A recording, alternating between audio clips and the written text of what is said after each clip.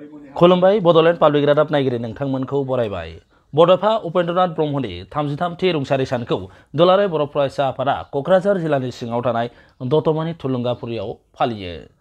हाबाफारि बायदि फुंनि आरज गाबखांनाय उनाव आफादनि फिरफिलाखौ बोरहोयो दुलाराय बर' फरायसा आफादनि लेङाइ आफादगिरि खोरोमदाव औवारिया।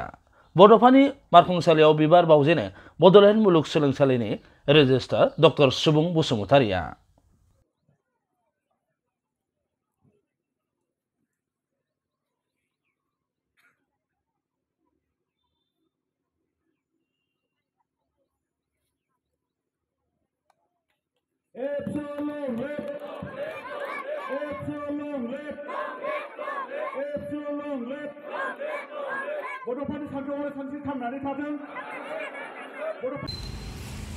बेराफारसे उदालगुरि जिल्ला दुलाराय बर' फरायसा आफादा जिल्ला मावख'आव बड'फा उपेन्द्रनाथ ब्रह्मनि 33थि रुंसारि सानखौ फालियो। हाबाफारि बायदि दुलाराय बर' फरायसा आफादनि फिरफिलाखौ ससेयै बिरहोयो उदालगुरि जिल्ला दुलाराय बर' फरायसा आफादनि आफादगिरि कर्नेलियास दैमारिया। बड'फा उपेन्द्रनाथ ब्रह्मनि मुसुखा खाम्फायाव आलारि बाथि फोजोंना बिबार बावजेनो दुलाराय बर' फरायसा आफादनि आफादगिरि दिपेन बर'आ।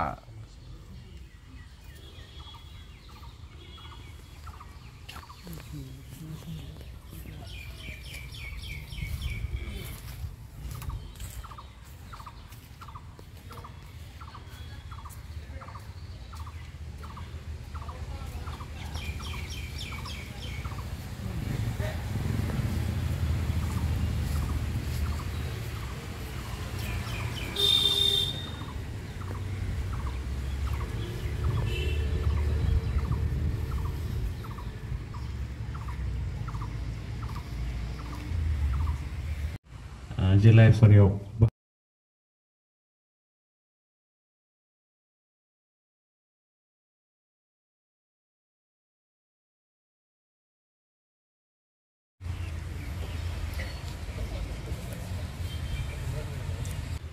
गाहाय आलासि महरै नुजाथिनानै दुलाराय बर' फरायसा आफादनि आफादगिरि दिपेन बर'आ खौरांगिरिफोरनि सिगाङाव ओरैबायदि बिबुंथि होयो। बड'फा उपेन्द्रनाथ ब्रह्मनि दिनै 33थि थैनाय सान एबा रुंसारि सान आरो गिबियावनो बड'फानि सोरगोआरि जिउमानि अराय आलो गोजोननि थाखाय आङो आफा इसोरनि खाथियाव आरज गाबदों। दिनैनि सानाव 1990 मायथाइनि बे 1 मेआव अबथिराय दुलाराय बर' फरायसा आफादनि आफादगिरि जानानै थानाय समाव आरो लोगोसे बड'लेण्ड आलादा रायजो दाबिखौ लानानै सोमावसारबाय थानाय समाव बुहुमनि बर'फोरखौ खौसे खालामनानै सोमावसारनायनि गेजेरजों बर' हारिनि राजखान्थियारि जि मोन्थाय बे आलादा रायजोनि दाबिखौ लानानै जेब्ला मैखोमै सोमावसारनाया गोख्रोंनिफ्राय गोख्रोंसिन जायो बै समावनो अबथिराय 34 बोसोर बैसोआवनो बिथाङा देहायारि नोरजिया आरो गाज्रि बेमाराव गोलैनानै जोंनि गेजेरनिफ्राय रुंसारि जायो आरो बे दिनैनि साना बर' माहारिनि थाखाय 1990 मायथाइनि बे बोसोराव 1 मेआ दुखुनि सान, जोंनि बयनिख्रुइबो माने खोमसिनि सान आरो गोसोम जोमैया बे समाव साग्लोबसारदोंमोन आरो बयबो बर' फिसायानो मोदैयाव मेगनाव मोदै लानानै जोङो गाबदोंमोन आरो बे सानखौ जों मालाबाबो बावगारनो हाया। दा बेखायनो जोङो दिनैनि साना जेब्लानो जोंनि गेजेराव फैयो जोंनि गोसोआव दुखु, जोंनि गोसोआव माखासे दाहा आरो मेगनाव आरो गोसोआव मेलेमाव बायदिसिना साननायफ्रा जाखांफैयो जे बड'फाया थाबावनायमोनब्ला आरो गोलाव सम बिथाङा माहारिनि थाखाय खामानि मावनायमोनब्ला बिथाङा आरोबाव हारिनि थाखाय हारिखौ जेबार लानानै जि सिमां नुदों बेखौ मोगथाङाव जाफुंहोनो हागौमोन, नाथाय बिथाङा जोंनि गेजेराव गैलिया। थेवबो बड'फानि दिनैनि साना खौसेथिनि सान, बर' हारिनि दिनैनि साना बर' हारिनि गोग्गानाय आरो थामोन्थानि सान।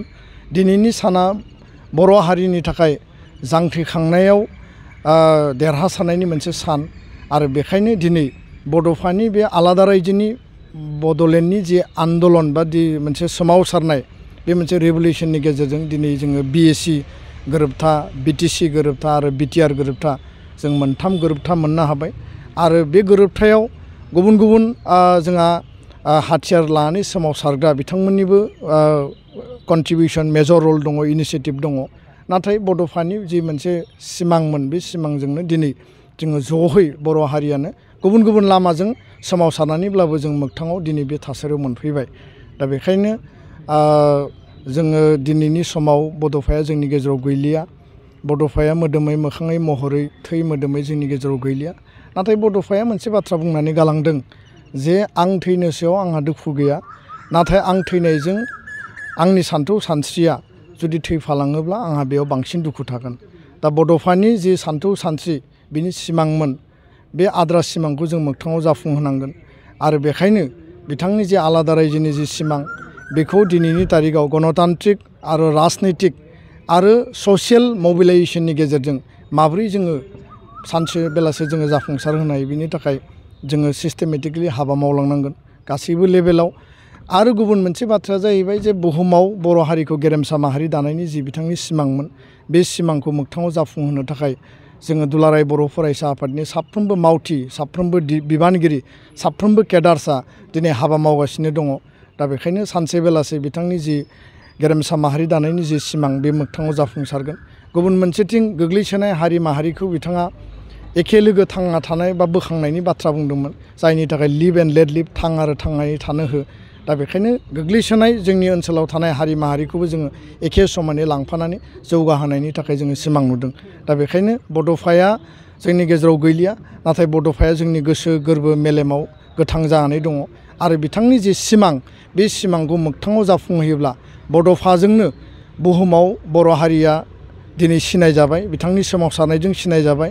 आरो बड'फानि आदर्श आरो नितिखौ लानानै जेब्लासिम जों हाबा मावलांगोन, बर' हारिया बांसिनै मजबुत आरो गोजोर जागोन, आं बेखौनो बिसास खालायो। आरो साफ्रोमबो बर' फिसाखौ बड'फानि जोनोम सान आरो थैनाय सानाव जों जिखि प्लेटफर्माव थाया मानो, बेयाव रुलिं आरो अपोजिसनानो था, बा नोङो गावस्रा गावस्रि जि अबस्थायावनो दिनै बर' हारिया जिखि लेभेलाव गैया मानो, जों खौसेयै बड'फानि आदर्शखौ मावफुंनायाव जों आगान सुरनांगोन।